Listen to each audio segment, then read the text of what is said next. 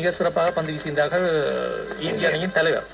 இதை பாகிஸ்தான் ஆரம்பத்தில் தவற விட்டு விட்டது. ஷைன் அஃப்ரிடி மட்டும்தான் மிக பந்து வீச்சாளராக இருந்தார். எனவே இப்படி பல தவறுகள் நடைபெற்றதால பாகிஸ்தான் இந்த போட்டியில தோல்வியை சந்திக்க நேரம். அது ஒன்றும் இல்ல, நாங்க கடைசி நேரத்துல அந்த மேட்ச் விளையாட பிளான் பண்ணாங்க.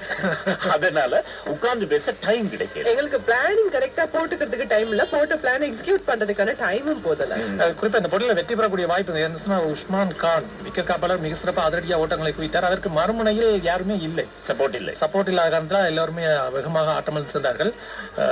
கொஞ்சம் நின்று நிலைத்து ஆடுகளத்தின் தன்மையை புரிந்து விளையாடி இருக்கலாம். இந்த 175 ஓட்டங்களில் இஷான் கிஷான் பெற்றுக்கொண்ட 77 ஓட்டங்கள் மிக முக்கியமானவை. அடித்தாடி பெற்றிருந்தார். அபிஷேக் சர்மா இந்த போட்டியிலும் ஓட்டம் எதுவும் பெறாமல் ஆட்டமிழந்தார். அவருக்கு முதலாவது போட்டியில் ஓட்டம் எதுவும் பெறவில்லை, இரண்டாவது போட்டி விளையாடவில்லை. வயிற்றுக் கோளாறு காரணமாக நேற்று விளையாடினார். அதிலும் அவர் சிறப்பாக செயல்படவில்லை. எனவே இந்தியா இப்போது சூப்பர் 8க்கு முன்னேறி இருக்கிறது. இன்று நாடு திரும்புகிறது. சரி, நேற்றைய நாளை பொறுத்தவரையில் அரங்கம் அதிரட்டுமே அப்படின்னு சொல்லி சில சம்பவங்கள் நடந்துட்டு இல்லையா? குறிப்பா இலங்கை ஜனாதிபதியை அப்படி திரையில காட்டினோடம், அனுரகுமார் திசாநாயகர் காட்டினோடம் சத்தம் அப்படியே ஆர்ப்பரித்தது.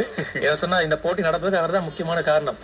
பாகிஸ்தான் கிரிக்கெட் சபையோடு பேசி, பாகிஸ்தான் பிரதமரோடு பேசி இந்த போட்டி நடைபெற்றது. நேற்றைய தினம் வந்திருந்த ரசிகர்களை பொறுத்தவரையில் அதிகமானவர்கள் எங்கிருந்து வந்திருந்தார்? இந்தியா தான் கூடுதலான ரசிகர்கள், அதுவும் பெண் ரசிகர்கள் அதிகம் வந்ததை காண முடிந்தது. கூட்டம் கூட்டமாக வீதிகளில் திரண்டிருந்தார்கள்.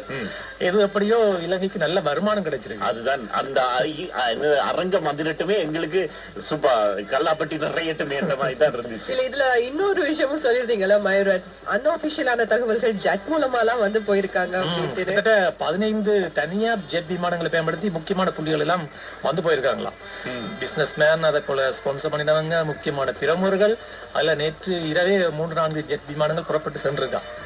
இதுக்கு மட்டும் ஜெட்ல மட்டும் தனித்தனியா வந்திருக்காங்க. பர்சனல் ஜெட்ல போற அளவுக்கு இருக்கு. சோ எந்த அளவுக்கு கிரிக்கெட்டை நேசிக்கிறாங்க அப்படிங்கறது இதுல இருந்தே புரிஞ்சிருக்கு. இது மாதிரியான டர்னிங் பாயிண்ட்ஸ் இனி வரக்கூடிய நாட்களை பொறுத்த வரைக்கும் என்ன மாதிரியான போட்டிகள்ல எப்படி நடக்குது அப்படிங்கிறது மிக முக்கியமான போட்டிகள். இலங்கைக்கும் ஆஸ்திரேலியாவுக்கும் இடையிலான போட்டி. ஆஸ்திரேலியா தோல்வியிலிருந்து மீளுமா? ஸ்டீவன் ஸ்மித்தை ஆஸ்திரேலியால இருந்து கொண்டு வந்திருக்கிறார்கள் மிச்சல் மார்ஷுக்கு பதிலாக. அதே வேளையில் இங்கிலாந்து அணிக்கும் ஒரு முக்கியமான போட்டி இருக்கின்றது. இந்த போட்டியில் தோற்றால் இங்கிலாந்து அணியும் சூப்பர் 8க்கு செல்வது கொஞ்சம் கேள்விக்குறி.